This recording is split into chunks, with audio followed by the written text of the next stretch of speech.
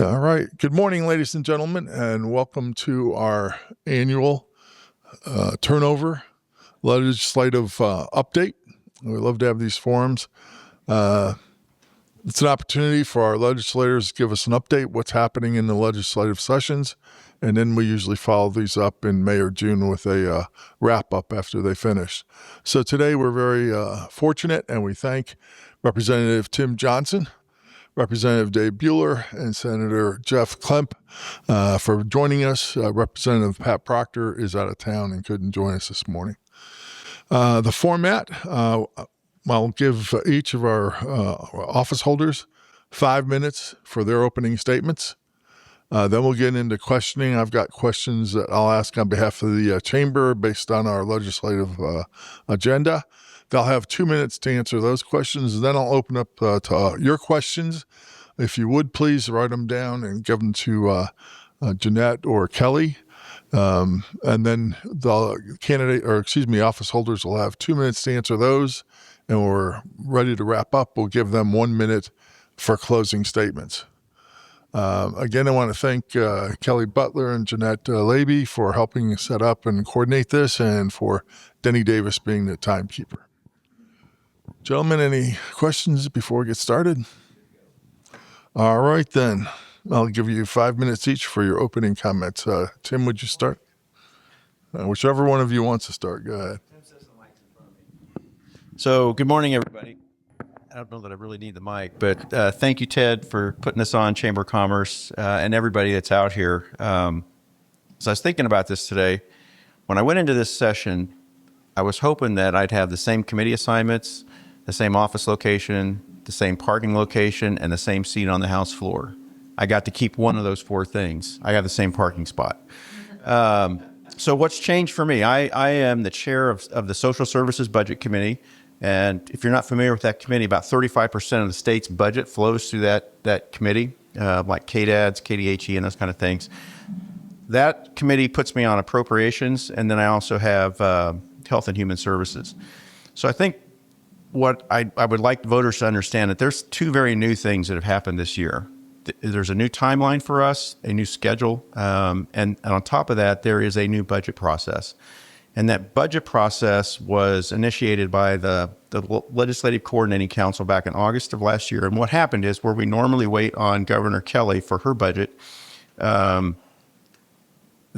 LCC created a Legislative Budget Committee, which started meeting in the first part of December. So where normally we don't start looking at the state's budget until the end of January or the early part of February, we had budget committee work that commenced on the second day of the session. And what that's done has just time compressed all of the budget work in to both the House and now the Senate. The House passed 2 weeks ago House Bill 2007, which is our state budget, which my colleagues in the Senate are working on now. And within the next 2 weeks, we will be looking at what FY26 is going to look like for the state. And I can tell you the good news there is that the House version was about $160 million less than what the governor's budget proposal was. I think the Senate version, I think they've taken out some additional cuts from the House. The reason that's important, if you go out to FY29 for the state, we need to figure out a way as a state to take out about $600 million worth of spending by the time we get to 2029. And that will enable us, A, to keep the rainy day fund where it is, and not to go anywhere close towards any kind of negative spending. So that's the big thing. While that's been going on for me personally, there are some things that when you think about reducing spending, we still have to invest in the frail, the elderly, the sick, the disabled, and those kind of things. And I'm just going to read a laundry list here of things that came through my committee where we're making targeted investments back into the state. We've got increased reimbursement rates for nursing homes to prevent nursing home closures. We have additional money to reduce the people on the individuals with developmental disabilities. That list, we're taking another 320 people off. We've got additional funding for Alzheimer's, traumatic brain injuries. There's a homeless shelter in Western Kansas. Money for through the Envision organization for the blind. There's a cerebral palsy organization in Wichita that we're going to do some investment in. There's a substance use disorder treatment program for juveniles. sedation dentistry, dental provider reimbursement rates, and then pediatric office visit rates for Medicaid. So while we're taking a strong look at targeted spending, there are still places where we need to make sure that we're protecting those Kansans who need it the most. And I can tell you that those things have at least come through a portion of my committee. The big thing on everybody's mind, I think, what I still continue to hear is property tax. What are we doing there? So if you think of it, where we are today at turnaround, it's like halftime of a football game. And I think I've said that before. I've got a minute left. So there are versions of a property valuation cap in both the House and the Senate. There's at least 2 or 3 other property tax bills in both chambers. There were 2 additional property tax bills that were introduced by Chairman Smith on Thursday of this past week. So all of that work, there's about 5 weeks left in the session. All of that work will coalesce and come up for a vote on the House floor. I'm disappointed that we haven't had property tax relief done yet, but I'm very confident that we're going to deliver before we gavel out on the 12th of April. There's a lot of work left to be done. I was going to talk about our event with Michael Young yesterday, a Kansas Oral History Project, but I'll work that in later, and I think I'm just about out of time. 10 seconds. All right, Tim, it's yours. Thank you. Tim Johnson. I represent the 38th District, which is all of Basehor, Linwood, going down to the Kansas River. And then I come up on the west side and pick up part of Leavenworth on the west end. And so it's a change from my first 4 years with redistricting. I am on the Veterans Committee in the morning, and that's a very important committee to me. A family member, just got to talk to my son from Kuwait this morning before I came. Supporting our vets and our veterans, especially here in Leavenworth County with our military presence. I'm on the Child Welfare Committee. I am the vice chair. And one of the things I see as so critical is how we deal with adoption, foster care, and support of those programs and modifying. And that has been a target for me. Now, one of my disappointments was originally the committee was also including seniors in that, and it was taken off. And I think we are currently neglecting by not having a committee that deals with our senior issues. I had asked for that, and that didn't get created. I'm also on the K through 12 Education Budget Committee, and that took a turn, I guess, say for the difference, for the better, very forward this year. We've had a lot of battles, and I think a lot of times the opposition and the negative comments made things difficult. And our chair this year has just worked hard to accommodate both sides of the aisle and to deal with the issues quickly. And we got our budget done and off to the House in record time. And one of the things I noticed, we're going to fully fund special ed with $90 million, which according to all of the revenue amounts that is due from all the lawsuits. And then an additional, where'd I go? Oh, $290 million in addition for our school and our education funds, because we know how critical that is. And then finally, I think for me that the session has just been a blur.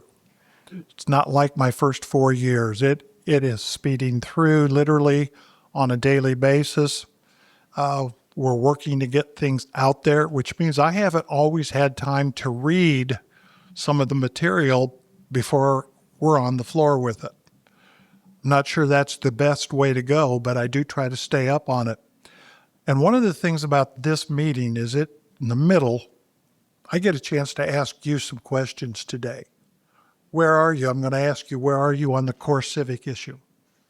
Because that just came up, right?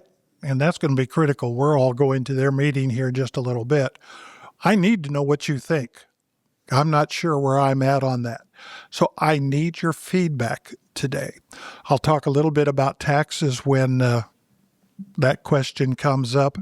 That is number one on my list for my city of Basehor, for my city and people in Leavenworth, and for our county. And if we don't fix that, we're placing our seniors and our retired families at risk. And that's me. I'm retired. I work in Topeka now 4 months of the year, but homes, mortgages, and the taxes on them are creating a real struggle. And my final key issues are going to be what we're going to do with big pharmacy, because medications are out of the roof and pharmacies are struggling. We just lost one here in Leavenworth. My local pharmacy in Basehor, struggling. We've got to deal with it. And that's going to have to come from the national level, but also into Kansas. And I'm also working on a bill for our optometrists to provide a better type of care for that. So with that, thank you. Thank you. I don't think I'll be able to take the 5 minutes. I haven't learned that art or gift of talking for that long, but I'll give you some. I think it's important to know what committees I'm on. That I'm super excited to be on them. So I have taxation, which is probably my favorite committee. Most people might be put to sleep, but the pain that we're feeling was in our communities is significant. So I'm very pleased to be on that. We're going to talk about 1603, and I had a large hand in how that was crafted, and then all of the other ideas that are coming out of the House and just taxation in general. So I'm also on commerce. We've been doing a lot of good things there. I've been learning the art of writing amendments. So we get to talk a little bit about star bonds and some expansions there and some ideas on how that'll affect our communities here. Transportation is another big topic. And I'm on that committee, and I'm really pleased to be on that committee as well, and talking about roads and infrastructure. And one of the key things that probably plays in nicely for today and the conversation as well.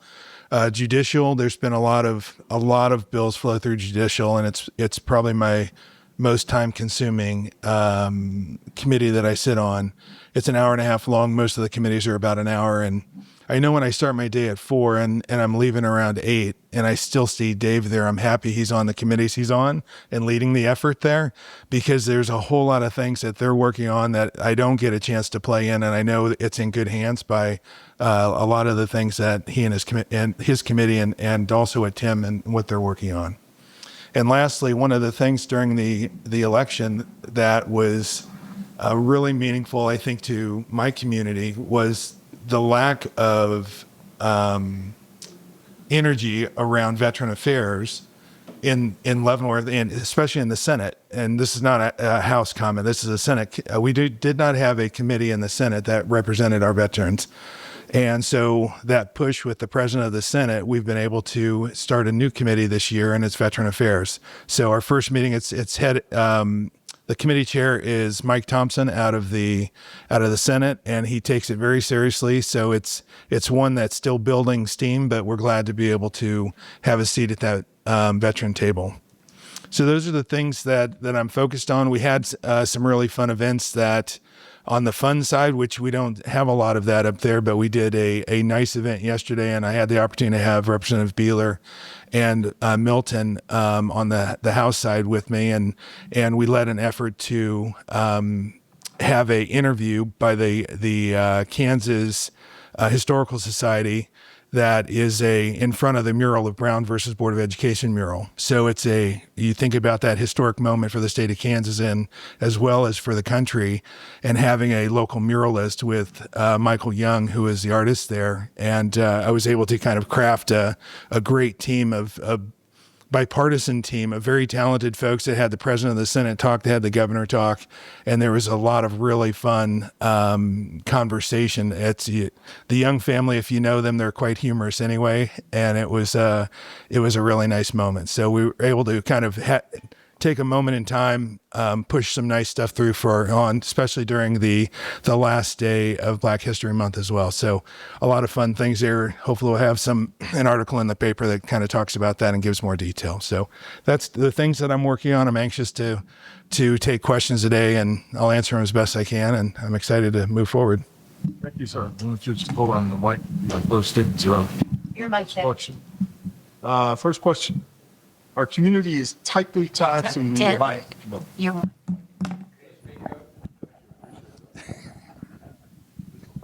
Okay, now my thank you. So our community is tightly tied to the federal programs, especially with our relationship at Fort Leavenworth. Cuts to any federal program it will impact our community. We don't know how, but we will be impacted. So what coordination or what other efforts are you undertaking to communicate and then minimize this impact to our community? I was thinking about that question when I was reading through these, and I think the biggest thing that I am doing is send a letter of support to Senator Moran, because he is trying to move some funds out of USAID over into ag to continue to ensure that funding stays in the state of Kansas. And knowing where he sits, especially as it comes to our military bases and our government entities, I think we have probably one of the most vocal and passionate U.S. senators that is kind of leading that effort. From a passion and energy for our community here, and knowing the level of involvement that those groups have in our community and how we have folks that are employed and the role that it plays in the economic impact, I am aggressively pushing on that side. Also seeing what things are coming down at a very rapid rate from our federal government that is really slinging stuff our way, and trying to wrap your hands around that in real time. At the same time, trying to also accomplish what can we do for our state in the role that I'm in the current role that I'm in at the state level. There's a lot going on, and it takes a lot of time to really get versed on that. But right now I'm in a strong support for focusing and letting Senator Moran kind of see where we can move some funds to make sure they stay here in the state of Kansas. Thank you. Same question.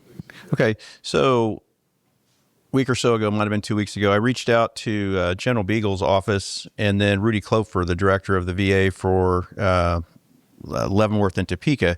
Heard back from General Beagle's office, and to date, they have not had any of the federal impacts that you may have seen or heard on the news. And then they continued to talk about what the four functions that the Combined Arms Center up there will continue to work on. I also know that General Beagle has been very good about community engagement the last 2 or 3 years with the Community Executive Forum, which I know Senator Klemp and I have both participated in. I'll continue to do those kind of things. Haven't heard back from the VA. Haven't heard back from Director Klofer per se. I do know that there have been VA employees who received the email and the fork in the road email, for those who've heard of it. I do know there's some of those areas that are off limits. Physical therapy and some other places up there are off limits, and they were not able to take advantage of that even if they wanted to. What I think this is about is, in addition to the value that Fort Leavenworth and the VA provides to this community, I think about this question a little bit in terms of economic diversification. If you, and I'll say it again, the addiction to ARPA and the ARPA bucks over the last 4 years did a tremendous disservice to this state and the other states. Our state budget went from about $17 billion to $25 billion from 2017 to 2022. A lot of that was federal money that we couldn't sustain. So when we work ourselves off, what we have to do is things like making employment much easier for military spouses. And I've talked about there's 9 interstate compacts, whether it's dental hygienists, physical therapists, cosmetologists, et cetera. We can do those kind of things. And that's what I'll continue to do. I think I'm running out of time, so I'll turn it over to Tim. Thank you. So I was a history teacher at one point in my life. I have great love for Kansas history, and nothing is stronger than our historical significance with Fort Leavenworth, first city of Kansas. So I have tried to play into that a little bit. I have been very supportive of the idea and working with Senator Moran on the new museum that would be in the front of our fort and accessible to our community this is a tourism that's going to bring in lots of people. I used to bring my kids up here all the time to the museum. As part of that, I found a book, an old book from a friend of mine, a 1919 cavalry book that was sent out to the stable masters at Fort Riley and for Fort Leavenworth on taking care of their horses. It was fascinating. One of those things that I found in this book was, did you know that marijuana was the main treatment form for stomach disease for horses? It just was. So that book's going to go to a museum, either here at Fort Riley. But we need to support Fort Riley from that tourism standpoint. The interstate compacts are critical to a community that is on the border with Missouri. And we know that so many of our military families come in here and the spouses were teachers. They need an opportunity. We're making that better. The compacts, we're making sure that we can get those people their licenses, get them to work quickly, and not just in education, but in some of these other fields, especially in the mental health field. And I've been very pleased that we've been able to do that. I would just say I loved going up. I took my 3 grandkids. Maybe you saw the picture in the paper, courtesy of John, at the Buffalo Soldiers. What a piece of history for that. And we need to promote that.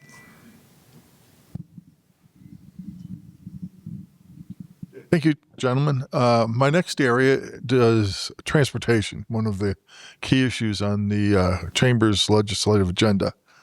So the question, what have you done to track, promote, and ensure funding for transportation projects that are on the State Department of Transportation's list of projects and the Mid-America Regional Council's list of transportation projects? That's part one. Part two, why are there no new projects for Leavenworth County? David, you start. This is probably my least favorite question because it's among the most frustrating. The good news is, if you go out to the Ike website and you look at the $10 billion that the state earmarked for overhauling the infrastructure that began, I think, in 2020. There's 15 Ike projects in Northeast Kansas, and in Northeast Kansas, the state's broken up into districts, and there's 17 counties in our district. So if you kind of break it down by what they are, of those 15 Ike projects that are out there, 3 of them are in the Leavenworth area. One of them is a Centennial Bridge. The other one is K32 and 158th Street. There's an intersection there. And then just last April, there was an improvement dollars for K5 that were announced. So of the 15 projects in this district, we have 3 of them. And again, that's in a 17-county district. And I think as Dr. Davis mentioned, it is based on the economic impact, cost, priorities, regional things in that decision maker. I do try to stay plugged into that. As luck would have it, or fate, the representative who now sits next to me on the House used to be the Secretary of Transportation for the state. His name is Mike King. Mike has actually educated me on how KDOT works. He's given me names. For example, I think it's Leroy Kane as the Northeast Kansas District 1 engineer. He's starting to help educate me in terms of being more effective than just talking to whoever the legislative affairs person is.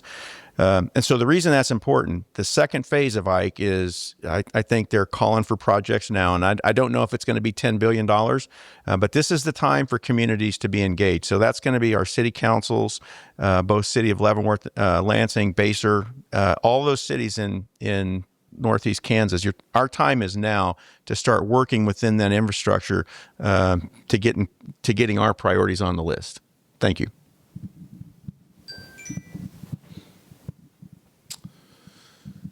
So in regard to transportation, I've been moving a few things forward because one of the concerns I had was also the projects on Ike and how slow they're moving, especially for you think about the recent addition of Highway 5 and the $5 million has been set aside for Highway 5, which is nowhere near what you're going to need to accomplish the mission on what they're wanting to do there, which is to straighten that out and optimize the route to 435 to allow us a faster access to 435. So I look at that and that put me in motion. So I set a meeting with the head of transportation, as well as, and just to have the conversation about why we cannot move up faster on the list for funding. And I look at the formula and the model that is currently in place today, where if you're in Wichita or a growing area, there's the same formula is the same for what I consider a stagnant or a slightly declining community, of which is where I put part of our Leavenworth County. And I think my push was to have a faster movement to move into areas such as the first city of Kansas, and why we are not being able to move some of these infrastructure. Centennial Bridge is another good example. We continue to talk about that yearly.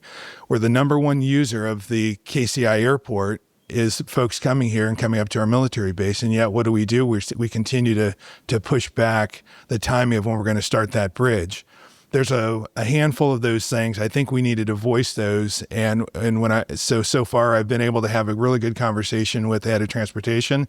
In addition to that, I also spoke to the governor and had a sit down with her last Friday in regards to how do we continue to move ourselves up on the list of funding. And I think we've been making some inroads there, and I think we're going to see some of that. And I look forward to kind of talking about it. I'm going to continue to bring this topic up as we go today and talk further about it. Transportation has been a challenging issue. I sometimes feel like I cannot get through to KDOT because I have such a strong area in Baser. Very simple thing. We wanted to change and drop our speed limit there through our businesses. It's needed. It's necessary. We have had critical accidents. We almost lost our mayor, Dick Drennan. We're lucky him and his wife were surviving. Very simple process. Let's drop the speed limit because that's what the government says it should. But the Department of Transportation did their study, which says it's critical, and then they have not taken any action. We've had petitions. We've done everything we can. 2 weeks ago, I wrote a formal letter to the Department of Transportation Secretary telling him, you guys are facing a huge lawsuit. One of these days, we're going to have another fatality. And if you watch TV, how many of those lawyers are out there waiting? They will not act. Pretty simple thing to do. My main concern is for me in this district is our K7. That's our corridor between Wyandotte and Leavenworth County going north and south. And I have tried to work with all of the folks in Wyandotte County because I do represent part of that area.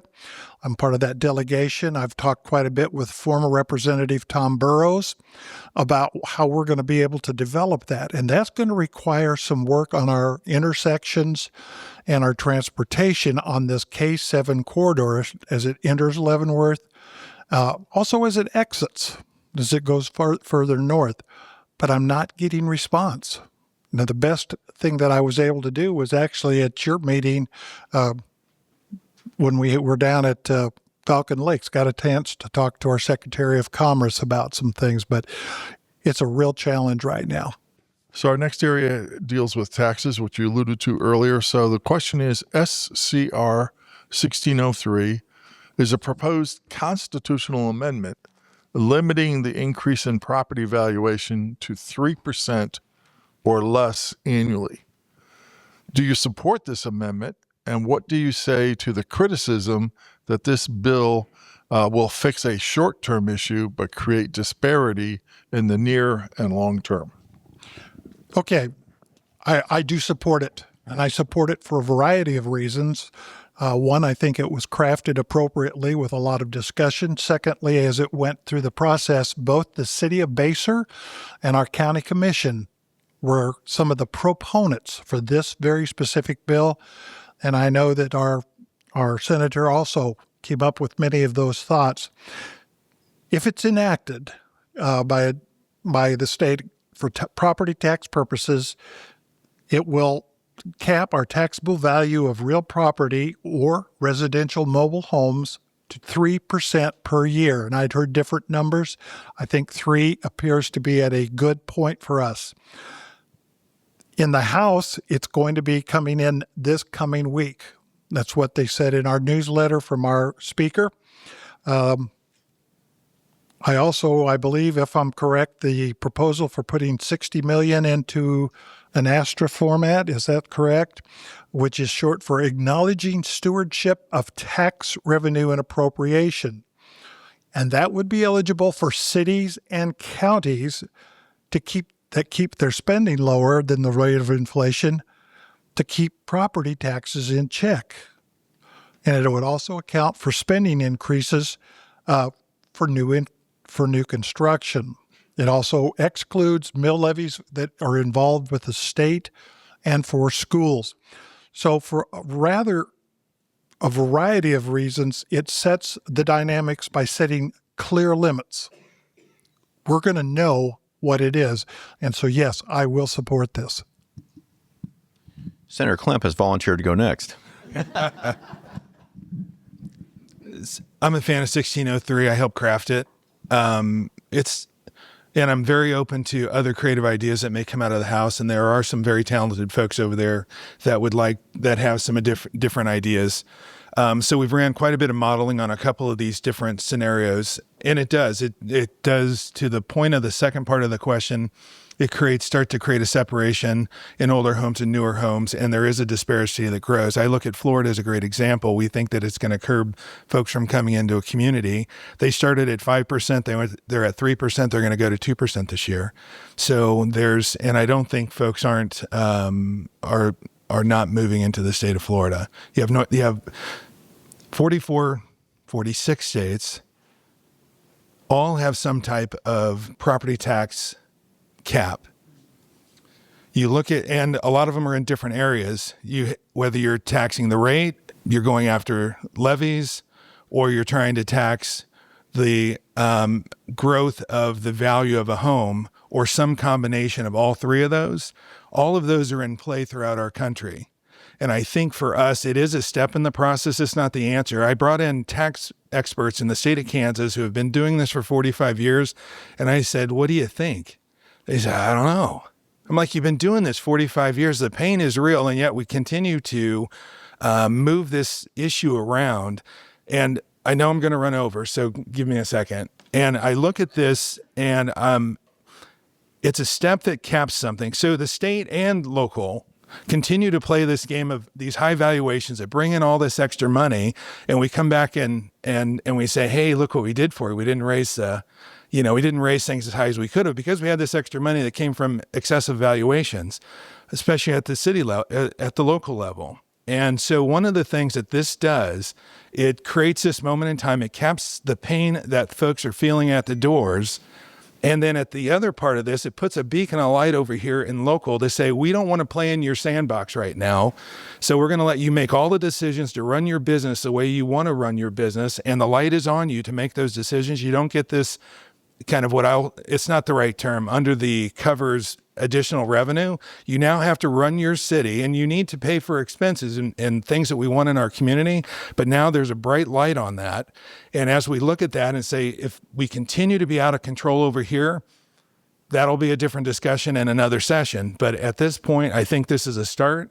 And we also have to go after valuations and how we are valuing and we do have commitments in support from the governor, and we have commitments from the president of the Senate, and the committee in the House to go after, and it's a longer process than just slinging something like a 3%, which we're doing here, but there's a longer process there that in the off session, there has to be a look at how we value our properties throughout the state of Kansas. And that includes commercial and ag.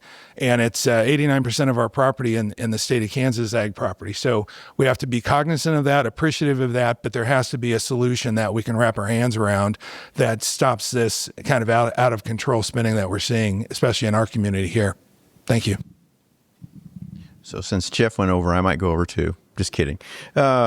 I will tell you that I will support whatever comes out of the House, probably Conference Committee, whatever solution comes out. It'll either be the 3% or the rolling average. I will support that because that's what my constituents want. But I'm going to tell you two things. The governor's going to veto it. That'll be the first thing, and we will have enough votes to override it. The governor has gone on record and said she does not support any property tax relief this year. That's just plain and simple. And the second thing is it's not going to fix the problem, because what's going to happen is every taxing entity is going to, if it's 3%, they're going to continue to raise their spending 3% every year. If you look at their history at a minimum, that's school boards, that's county, that's city, any taxing authority will have that authority to continue to raise their spending. So the engagement piece for voters is number one, we need the cap, because it has gone absolutely through the roof. And we all get the letters from, I have one on my desk. It's written in pencil from a lady, I think she's actually in your district. So I want to continue to live in my home, but you guys are taxing me out of my home. I think she's upper 80s, early 90s, and she just wants to live in her home. That's what people who can't control spending don't seem to understand. So when I go back to what the state is doing, we are going to bring in a budget that's going to be $160 to $200 million lower than the previous year. Every taxing entity, every school board, every city, every county has to do the same thing. And again, I don't want to get into managing those entities' businesses, but they need to hear and feel the same pain that we hear. This is not a state legislature problem to fix. It is all of us together, rowing together. And you have to look at what you're spending, how much you're spending, and what that's going to look like in subsequent years. There's other tax bills. I got 10 seconds left. There were two new ones that were introduced on the House Tax Committee on Thursday of last week. We're going to see tax relief, but it's going to come at the end of the game, not right now. Thank you. Okay, I'm going to move on to the audience question. So we've got question number one from the audience. Do you support Leavenworth County Commissioner Jeff Culberson's proposal to move forward with the option to change county funding from property tax to income tax? And that's because 50% property is not in here in Leavenworth County. 50% of the property is not taxable. So 33,000 people pay property tax for everyone. Man, I was excited to grab the mic on economic development. Now I get the Jeff Culberson conversation. So Jeff came up and talked, Commissioner Culberson came up and talked. There's a bill that came through tax this week, and Jeff was a speaker at that on that bill. And it's a interesting proposal. So it's changed and it's morphed in a way that is more palatable than where it was before, which says for 1% increase of 1% on income, he can, in their mind, they could eliminate the county portion of property tax. I haven't seen, it was early in the conversation. I haven't seen the numbers. I need to understand how real that is. But if we have the ability to eliminate a portion of property tax, it's worth our energy where historically we have. And I think last session it had 50% would go to the communities and they could use how they wanted. And then 50% went to lowering property tax. And I think if there's the energy around and the security around elimination of property tax and the commitment to put all of those funds against the reduction in property tax, I'm a small business owner. I'm a large business owner. I'm a citizen. I think that when I look at it through those eyes, and as a taxpayer, I would be open to really taking a strong look at that. Historically, it has not been a popular presence. So right now, I think they've built it in such a way it has energy. We had the mayor of Wyandotte County Unified Government there speaking on behalf of it as well. So some folks that like to spend were the ones coming to talk about it, not Mr. Culberson. So it drew a little bit of energy, but I do think we have to explore that if it allows us to dramatically lower property tax. Okay, thanks for the question. So I haven't seen the bill. I have heard the dialogue around it. It essentially, in my mind, becomes more of a consumption tax. And so in the state of Kansas, for something like that to work, and I haven't looked at if there's any constitutional merits to it, but the second part of that would be the legislature has to grant that authority to the taxing entity to put that tax on the ballot. So the voters have to approve it. So I can give you some examples. We've had several counties. We had one just a week or two ago, I think, on the House floor. We had two instances where counties were trying to raise money for something, they have to come through the House Tax Committee, and it has to pass the tax committee first, and it has to go to a vote on the House floor, and then that has to be put to the voters of Leavenworth County. I do think it's a novel idea, but I think what it actually says, it's a reflection of, and particularly it's Leavenworth County, Sedgwick, and Riley. There are the three counties in this state who are, unfortunately, we have the blessing of a military installation. We have the bane that military installation pays no commercial property taxes. That's the reason. Leavenworth County is the worst in the state. 86% of the property tax is derived from residential homes, 14% commercial. That's the worst ratio in the state. The average is about 62 or 60-40. I am open to anything that will help reduce the pain of property taxes. So if we get a chance to see and take a look at the bill, I will obviously research it. But I will say this, it's going to have to be something that the voters of this county approve to make that pain go away. So I'm about out of time. Thank you. I also have not had a chance to read that with everything that was going on this week. I want to get that, and now I can do that this weekend. Because of my connection in Wyandotte County, I have been working with our delegation, and I was aware that the unified government was supporting some changes and had talked about earnings tax that allows you to tax those people that are coming into the community, working here, and then going home. That's very important in Wyandotte County, which has a huge, huge number of people that come over and work, take money, and then go home. And so I know that is an issue that's very much in part of my district. I think it's going to have a challenge clearly this year because of the timing. I don't know that we have time at this point to even sit down and really analyze it, or if leadership will bring it up. I'm not sure that is even going to happen, but I do want to find out some more. What do you think about an earnings tax? I mean, in a way, it has to be voted on by a local county, if I'm correct. And so a county like Wyandotte could put it in, or Leavenworth if people voted for it. Let me know. I need to know your feedback on that. So thank you. We have one questioner asking, what is the status of prohibiting food stamps from being used to buy soda and candy? Soda, yeah. Want to go on this one? Yeah.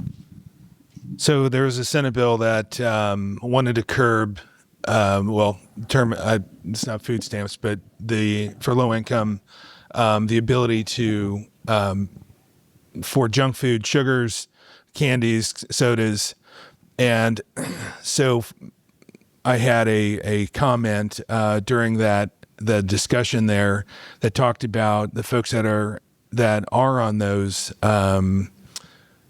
government initiatives. 42% of the children are rated obese, which is very different than the folks that have. And so I tended to feel like it was an okay decision to start to curb some of that behavior. And the percent of the funds that are being used that go to sugars and candies and sodas is a very significant portion of the total that is available to them. And so I was in support of that.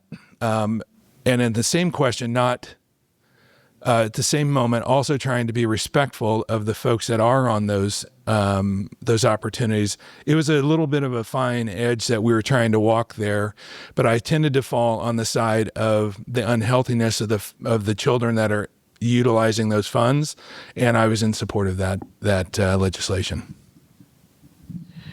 I've seen some of the I think it was the committee testimony.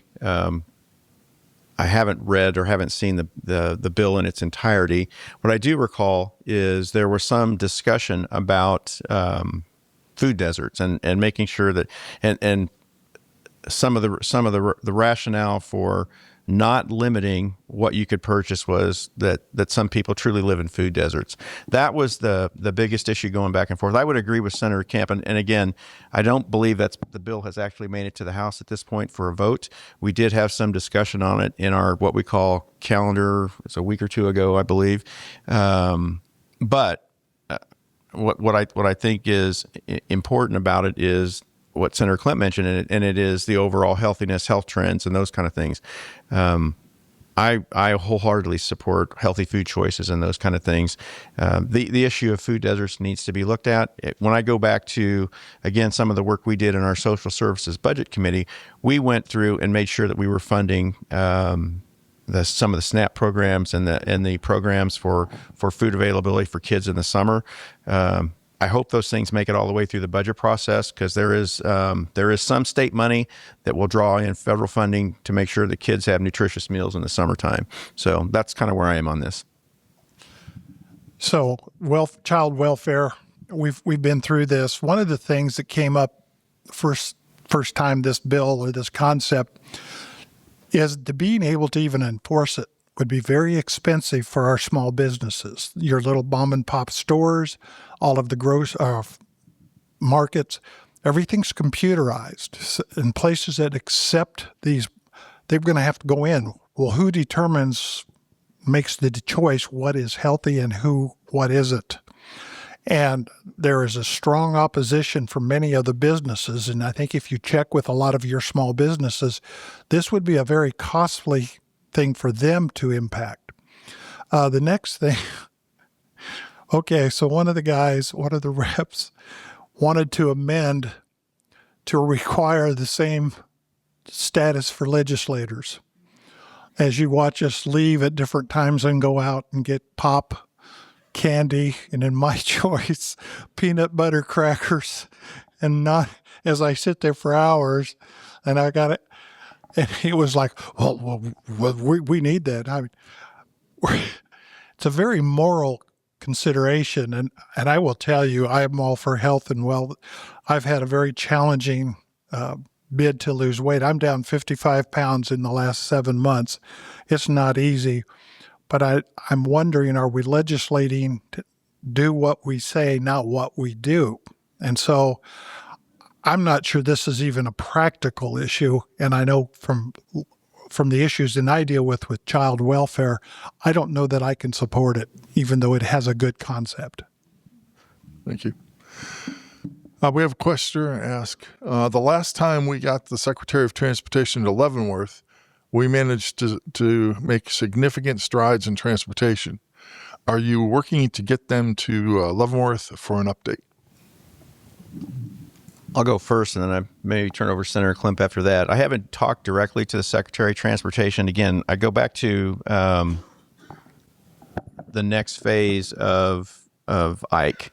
And as I mentioned, phase 2 is coming. And so that's at the point where the cities have the cities and the surrounding areas in that Northeast Kansas one have a pretty strong vested interest, or should be planning on what those are. So once we know, and we can engage with the local leaders to do that. But now is the time to start that planning. The $10 billion first phase is racked and stacked. So we're really talking about what's coming next. And for me, I want to dig into, I was given the advice by Representative King. He said, you can go up and talk to the secretary, but he said the guy you really need to talk to is the district engineer for this district. That's who you need to talk to. That's Leroy Kane, I think is his name. And that's the work that I'm going to commit to doing. So, and on top of that, I do maintain relationships with both, it was Paul Kramer, it's now Peterson from Leavenworth, and Tim Vandal from Lansing, just to make sure I understand what city priorities are, and through the city councils, making sure I understand it, and then I can advocate. Then I can have those conversations, say, okay, this is what's important for our entities in this part of the state. So with that, I'll turn it over to Senator Klimp. So those are great points. There will be an opportunity to have Secretary of Transportation as well as the engineer for our district to be available after session. Those conversations were informative in the sense that one of the things that we talked about when I was kind of pushing for our to be have a better seat at the table than we currently do on the transportation list with Ike was the cohesiveness of our district. There was a little bit of encouragement to have a more cohesive message when we're pushing for different transportation opportunities. And so that was a message that, as I've been sitting with the different administrators and from our local, the different groups that I'm sitting over, I feel like that's probably an accurate nudge by the groups I've been chatting with to really have this cohesive message on what is the right set of priorities. And I know that we got the expansion of Highway 5 on the list because we did have a cohesive message. However, there's other discussions around another bridge and some other things that really need to be vetted. But I would say that I do think from the discussions I've had, he is anxious to come up and say hello, and where we could have a nice, robust conversation to have him answer some questions. So far, I haven't had any response from the Secretary of Transportation. I don't know if he's really going to come or not, but I will tell you, because I do work with the other delegation in Wyandotte County, it is critical for several things in their area. Some of the bridges downtown Kansas City, Kansas, people can't get into their areas and they've just been left. Some of the railroad bridges, etc. So this is not just a problem for us here in Leavenworth. We need to work together, and that's a Republican and Democrat problem. I guess personally, if I could get one person up here again, it would be our Secretary of Commerce, Lieutenant Governor Tolan, because I find him very receptive and understanding to what we need here. I really have worked well with him. Next question. Affordable housing in Kansas allows for small business employees to live in the area, but the legislature is about to cut affordable housing tax credit. Why? I think I know which bill they're talking about. I don't have the bill number off the top of my head. This is the one that's really for apartment complexes. Well, I will tell you, there's a bill out there that when the bill was introduced and signed into law a year or two ago, what it puts the state on the hook for is $1.5 billion worth of tax credits. That's why that one particular bill is being eliminated. And it's so what's happening is you have outside investors coming in, building apartment complexes and taking advantage of this tax credit. The money is going in their pockets. Do you remember the price tag? It was like they've built, I think, like maybe 200 townhomes or apartment complexes, or 200 units. Each unit is over $200,000 cost to the state. So that was a bad law. With very serious unintended consequences. That came out of Commerce. That was Chairman Tarwater, who's the one who authored the bill and pulled it back. So it's not that the state is against affordable housing. This was a bad bill that was going to cost the state a ton of money that no one really knew and understood, I guess, when the law went into effect, which speed kills sometimes, and I think that bill essentially did that. Given a minute or two, or phone a friend, I could probably get the bill number, but I think whoever asked the question, I'd be happy to have more dialogue on it, but that is the bill that I'm aware of. So, Tim, anything to add, or Jeff? Yeah, I'll layer on to that. The challenge with the current bill, and I don't think people are trying to pull low-income housing because we do understand the need for that, especially in our community. I think there's Lansing had some movement recently in a positive way, but I would say there was a rolling type of what the bill did was you'd take all of these credits, you would then have the availability of the millions that could be granted the following year, and all of a sudden when you start to look at it, if we followed the rules and it all came to fruition, we'd bankrupt the state.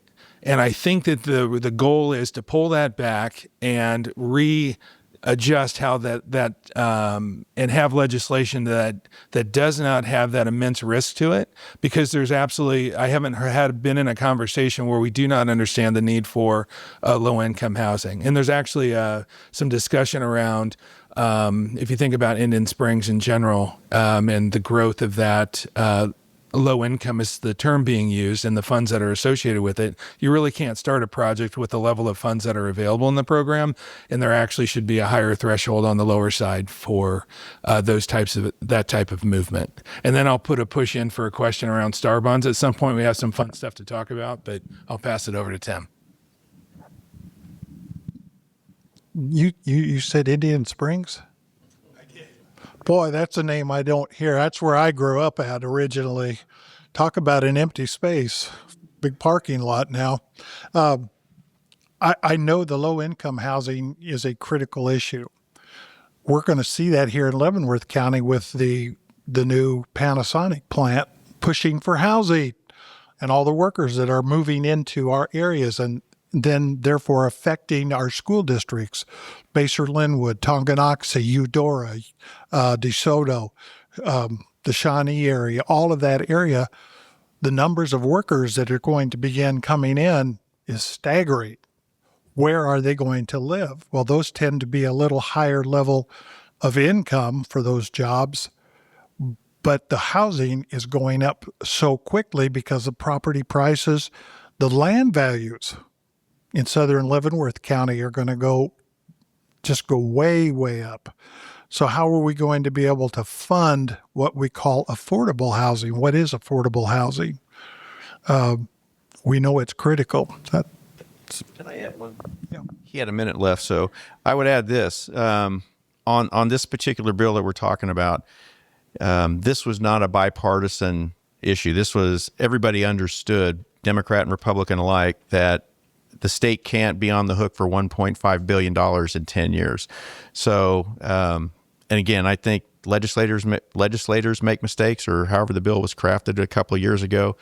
I would give credit and kudos to Representative Sean Tarwater. He's the guy who caught it and started running the numbers on this bill. And it says, oh my God, this will bankrupt the state. So anyway, that's anecdotal information, but that's the fact. Thank you.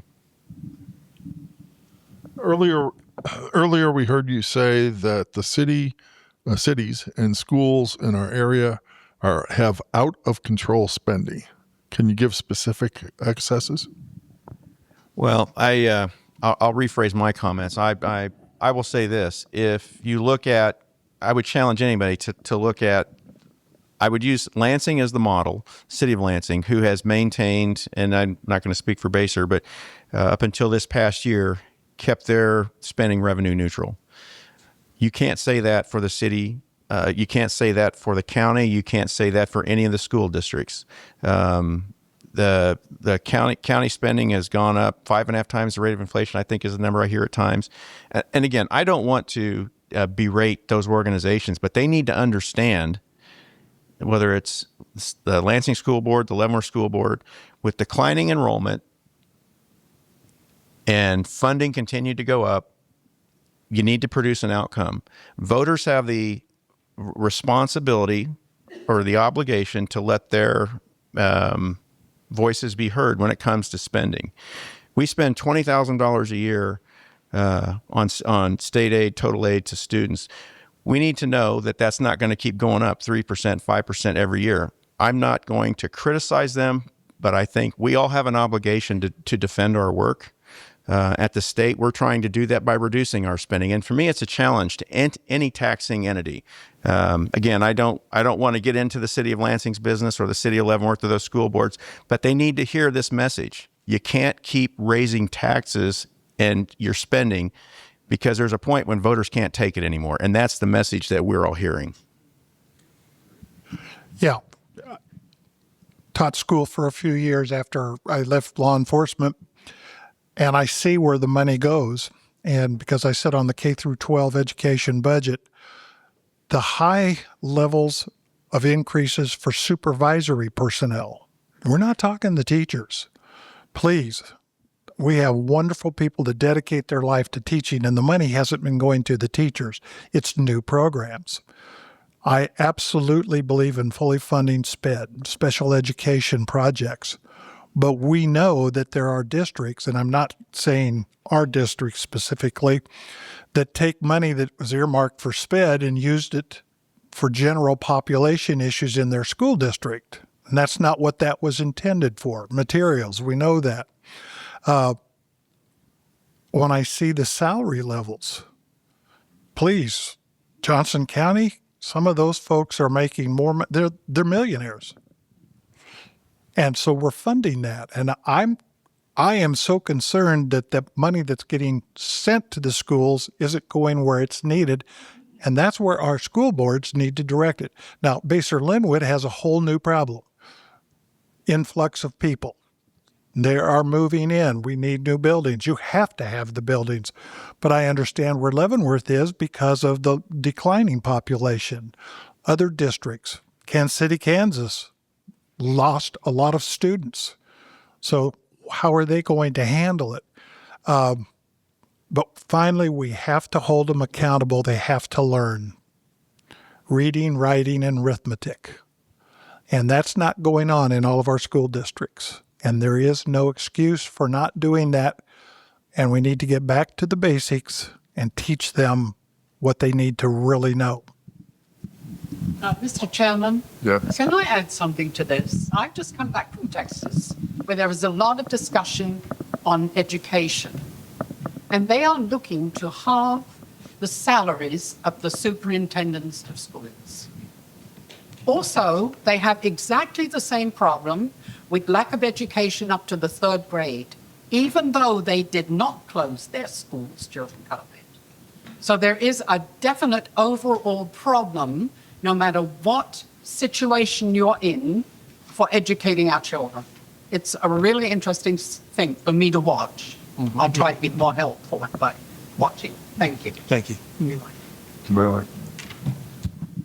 The only color I'll add in a positive way to the statement is I'm hearing some very good things about the results from early education, that if you look at the results of and the movement of the children in those early stages, if we set it up correctly, there could be a nice opportunity to move our kids forward in a positive way, where we don't have the folks that are, as you hit 8th grade and into when they're coming out of school, that they are ready to move into jobs or trades or other, and just advance in life. Today, I feel we are playing a role in helping them fail to some degree. So anyway, I appreciate the comment. Okay, next question. What is the justification for restricting voting, specifically the elimination of the 3-day grace period and SAVE Act? Is that Senate Bill 4? Thank you. That is the Senate bill. Yeah, that's a so that is Senate Bill 4. All of our surrounding states today, on election day, is the day that we call the election. 34 states also play in the same space, as you don't get a 3-day grace period. I think the 3-day grace period is us, Massachusetts, and Virginia, if I'm not mistaken. So I do feel that elimination of the grace period, I was in support of that and of elimination of that. I'm also, it's probably tongue-in-cheek a little bit to say that I also want to make sure all of the legal votes are counted, and all votes that should be counted. So when I was learning about this topic, I said, well, why can't we just add 3 more days on the front side, right? How easy is that? Well, I was quickly educated by the elections committee that we also play in this time frame of when you can register to vote, and there's which doesn't allow for us to move forward on the front side. And I think if we are planning correctly, we have and you can have the discussion around the post office becoming less efficient and less reliable, I think that's a valid concern. So there's elimination of the grace period. I was for finding other creative ways to maybe find ways on the front side to extend the time. Probably needs further exploration. So the House just voted on this bill this past week, and what I can tell you is this basically restores the law back to, I think it's 2017, when the way our election laws at the time, and it was voted on like 123-1, so it was not a Republican or Democrat issue, it was almost a unanimous issue. So it's essentially restoring the law to what it was pre-COVID. There are people want to make it out to be disenfranchising when I think of the flip side that actually occurred. There's evidence from the last election. There were, I don't remember how many counties this was, but there were 2,000 votes that came in during that grace period. Over 600 of them did not have postmarks. Therefore, they were thrown out. They didn't count. So if you want to think about disenfranchising, and whether that's the postal system or what, that's one of the reasons why this is done. And again, it goes back to election day is election day. It puts us in line with 34 or 36 other states, and it restores a lot of what it was in 2017. So there's no nefarious attempt to disenfranchise anybody, but it's to put that back to where we were just a few years ago. Tim, if you have anything to add? Yes, it was very interesting on the House floor. Several references came from the chair of our election committee, who is, of course, Representative Pat Proctor, who has all of the data, information, very specific on the elections. But the name, or Leavenworth County's election for the current Senate spot came up more than once in debate on the floor. How close it was. 31 votes? How critical could late votes be? Votes that are not getting counted? It is critical. Don't believe that your vote doesn't count. And we heard this. One of the important things was we need to be out in front of this, the early voting, promoting it, making sure that seniors and those who are disabled have an opportunity way out in front to get their materials, that we get it to them, and we make it easy to get submitted. I'm going to add one thing to that, because if I play back some of the email that I know we all received on this particular issue, this does not disenfranchise military voters. Military voters, the ballots that are delivered to them, whether it's a fax, an email, that's different from what this law. So I know Proctor said I voted from Iraq and other places myself. This law wouldn't affect any of that. My son is overseas right now. Would not disenfranchise them. Or your son. My son voted that way. What is your recommendation to help federal employees living in Leavenworth County who have lost their jobs from either the Department of Defense or the VA?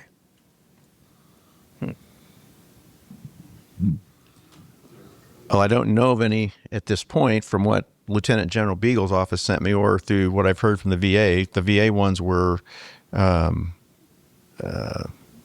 those people had an opportunity to take a voluntary career change. In any event like that, whether it's corporate America or and I'll speak to in my civilian life on the corporate side. Unfortunately, there were a number of times, a handful of times, very painful reductions in force. The military has gone through reductions in force. I don't know that I have a path to their next career milestone, but I know that we need to treat people compassionately. We need to understand. We need not to vilify. But I do believe, and again, I'll go back to my experiences in corporate America, where the only way to survive was for the businesses to be smaller or different than they were. I had spent 28 years in the Navy, active duty and reserve, and I can tell you I have personal line of sight and examples of where working at the Defense Logistics Agency, where the civilians there said, "We will wait you out. We are not going to do this. We know you're gone in 2 or 3 years. We will wait you out." So that's evidence that there is opportunity to reform, and it's needed. But again, that's the reason why I think the biggest part of it is how we treat our neighbors. If you know someone who's impacted, compassion, care, understanding, no judgment. It may be a rough patch right now. Yeah, this is such a new situation. I think we're all coming to grips with it, and because of our large federal population. For my daughter-in-law, who's retired Army, now works for the Department of Agriculture, first thing they did was require everyone to come back to work over in Kansas City, Missouri. So she has to drive back over there where she was doing it by computer. That's a big change, too. I think the agencies will probably be supporting ways, job openings. I think that the federal government itself has to be it's their main issue. And I think as a local, we can look to open up our jobs that we have and reach out to veterans groups. And I think maybe talking with those people legislatively would be a good thought. I think I'll layer on to Dave's points as well. They're well crafted.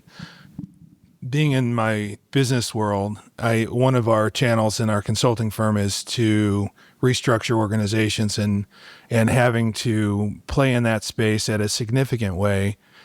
I would say that doing kind of helping folks through this process in a compassionate way is probably the key takeaway that I took out of his comments as well. So I do feel that is what needs to happen. And where I see opportunity, on the way in today, I'm having a conversation with someone at the Command General Staff College, and there's a conversation around there's 4 open spots and they can't fill them. I think we'll start to see more pain on positions not being able to be filled right now that are still required as we have the new students that start to come in here real soon for our next session. So there could be a little bit of pain on both sides of this thing that we're going to start to see. So that's my only add on this topic. Next question. What do you think about the Core Civic special permit request and the possibility of the prison opening again? Well, I'm going there at noon, so I'm anxious to understand a handful of things on that topic. We have a whole lot of spots here today that aren't full with, hey, what I'm hearing is we're going to have 300 new spots. Well, we already can't fill the spots that we have in our community in corrections, so I have a concern about that. Some people are coming in. How long are we going to be processing those folks? Is this a rapid movement, or are we going to invite an in-transit group into our community that starts to create issues with in-transit issues or additional homeless challenges that we already have on our docket here in the city of Leavenworth? So I look at some of those things. There's a lot of questions to ask. I'm going in with a little head of energy there because it's we might say, well, what's going to generate property tax is going to generate more jobs. But if we can't fill the jobs that we have in our community already, I'm not sure it helps. So how are you going to ensure that those jobs are coming in from outside that we're not going to take from inside and create more of a problem than we already have today? So I like Senator Klemp. I'm going to the meeting at noon today at Core Civic to see the open house and what they have proposed. And I know if you've read the Leavenworth Times, there's been some discussion from Leavenworth, city of Leavenworth. I backed this issue up a little bit. A year ago, or whenever it was, when the county commission said we're not going to play games with the previous presidential administration and entertain reopening that facility, because there was no guarantee that some of the individuals coming through there were actually going to leave our community. And when we're already stressed with the housing and other issues, it was not a good idea then, in my opinion. I don't know what's being proposed at this time. I'm going to go there with an open mind and listen. I was at a VFW meeting before this event this morning, and what I told them, I have another selfish reason for it. Core Civic in other places has privatized state hospitals. I'm going to go back to my role with the Larned State Hospital, where we're going broke paying for contract nursing. There are organizations that can privatize state hospitals that might actually save the company money. Core Civic's one of them. it's not my first priority for going there. I do want to go and look at what is the potential impact to our surrounding area. I don't want to do anything that's going to jeopardize or make a housing crisis worse or jeopardize the safety of our citizens. And that is some of the feedback that I'm getting. I've had a handful of emails from people just reminding, I think we're all copied on the same emails. Just be careful and just keep your eyes open and represent us well.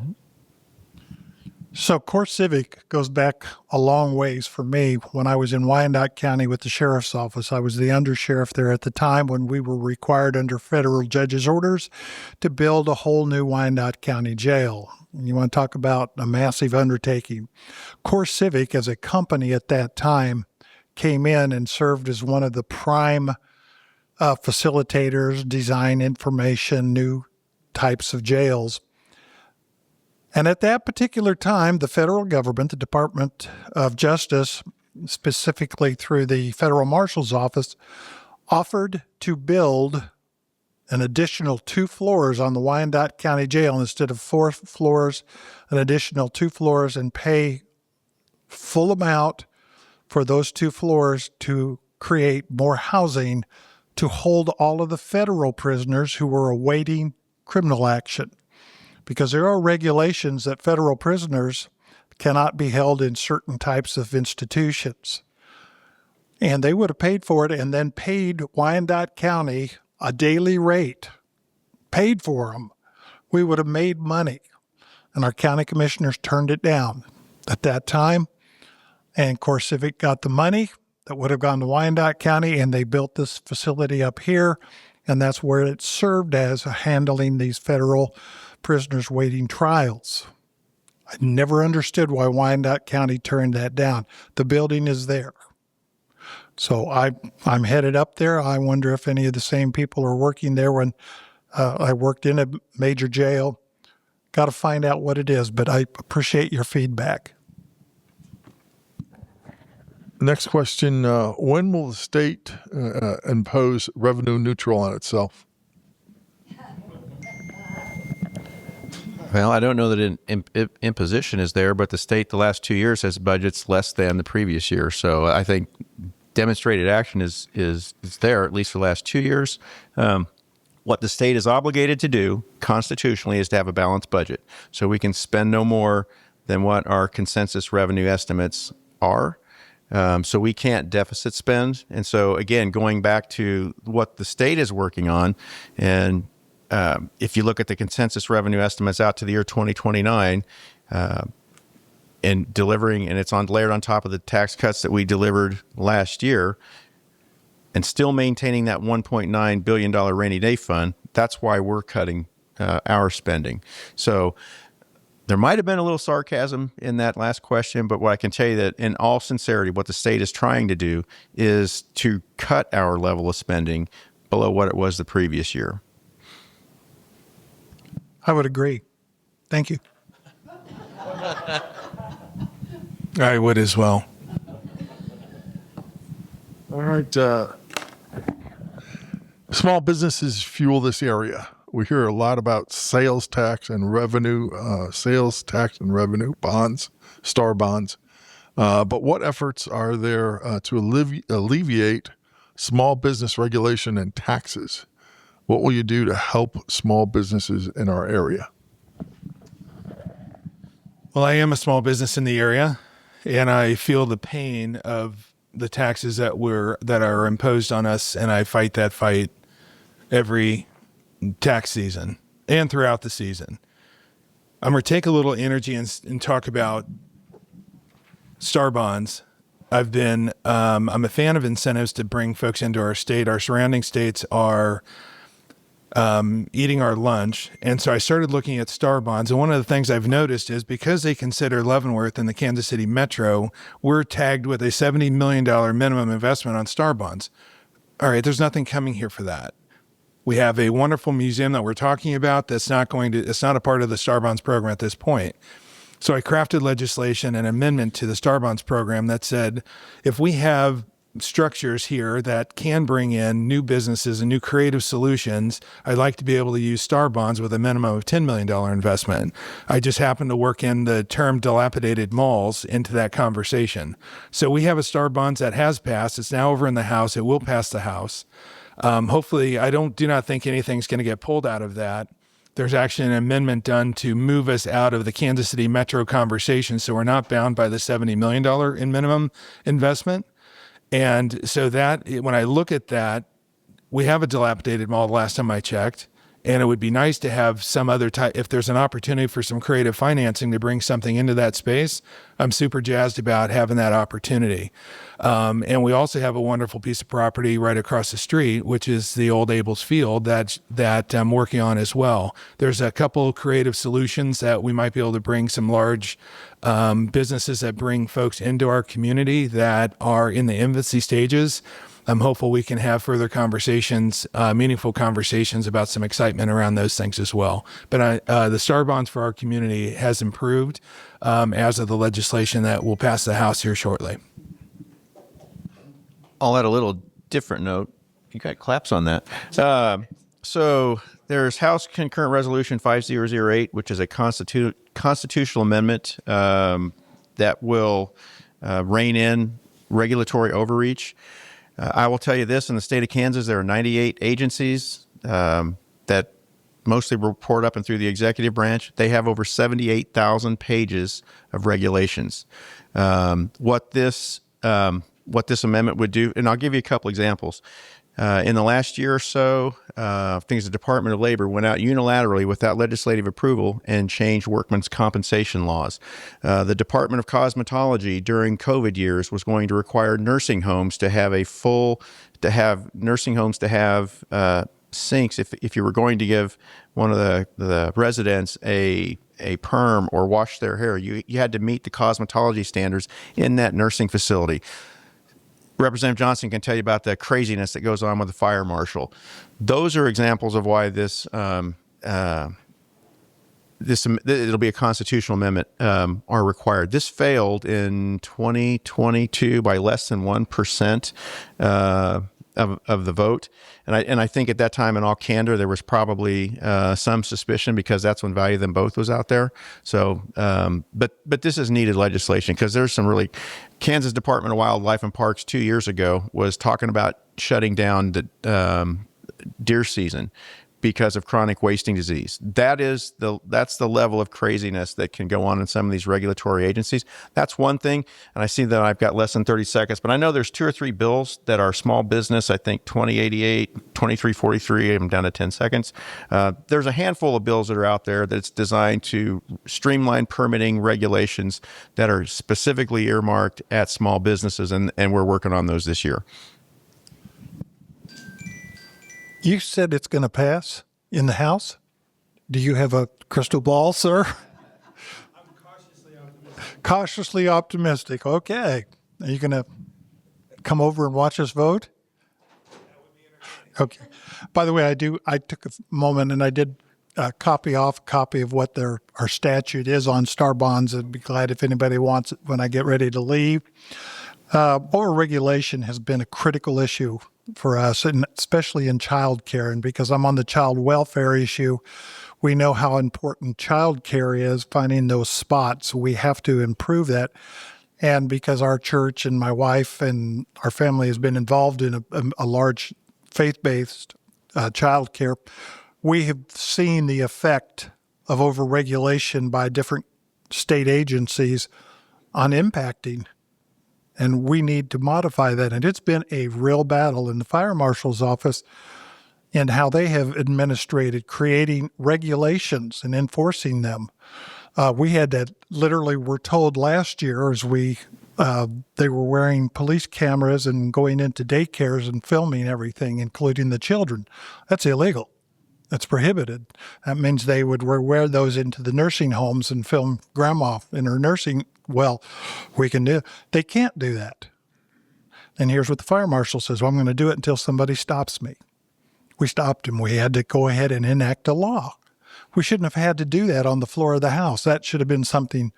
So we know that this is happening. I am hopeful that in this year's child care bill that's being proposed, because it can be very helpful, that we will see an additional limitation on overreach on how we monitor and create new regulations. Thank you. Thank you so much for participating today. Appreciate your candor and flexibility on some of the questions. So I'll give you each 1 minute for your closing statement. I appreciate the questions today. I appreciate being here, and I was anxious to keep going, but we'll have another opportunity, I'm sure. So we continue to work on things that are going to better our community, and the more partnership we have with from the Senate and the House and moving some regulation forward, I think it'll only improve what we're trying to get accomplished here and what I call the first city of Kansas and the greatest state in the country. So I'm excited for where we sit today. There's a lot of good things that are moving forward, and I'm glad to be a part of that. Thank you, Ted. Thank you, everybody, for being here. I'll use my football analogy. We are about ready to start the second half, and we need to go out in the next 4 to 5 weeks and deliver House Bill 2007, that's the state budget, and also deliver property tax relief. Those are the two primary outcomes that will happen in the next 3 to 4 weeks. As I was thinking about this comment, one thing that we don't get enough time to talk about is the value of the office visits that people will make to Topeka. I know Terry Lois has been there. I know Jen Anders, I see her in the back. This past week, I saw Priscilla Lopresti, who taught 2 of my kids in 4th grade at Lansing, talking about a COLA for capers. I do appreciate the Michael Young thing we did yesterday. I do appreciate representing the 40th district and seeing people in my office to do that, because quite frankly, this schedule has been hell this year. It's been brutal. It's been punishing. It's nice to see people from back in the district, even if it's just for a quick office call. After the session is over, the interim committees will start. If I may go over, there will be one for the budget. There will be one for Can Care that I know I will be on. There will be an IDD one. So even though the session is going to end on April the 12th, the 3 of us will continue to work on interim committees once that's over. Thank you. Yes, thank you so much. I love having people come. This last week, we had a couple of young kids write in with their counselor, supervisor on the developmentally disabled and intellectual. And it was wonderful sitting and listening to those kids talk to me. And that's why we need to fix that particular problem with our wait list. We made progress this year. We're going to knock off 300 people off that wait list, but we've got to get them all off. We've got to keep doing that. I love having people come up and demonstrate their ideas.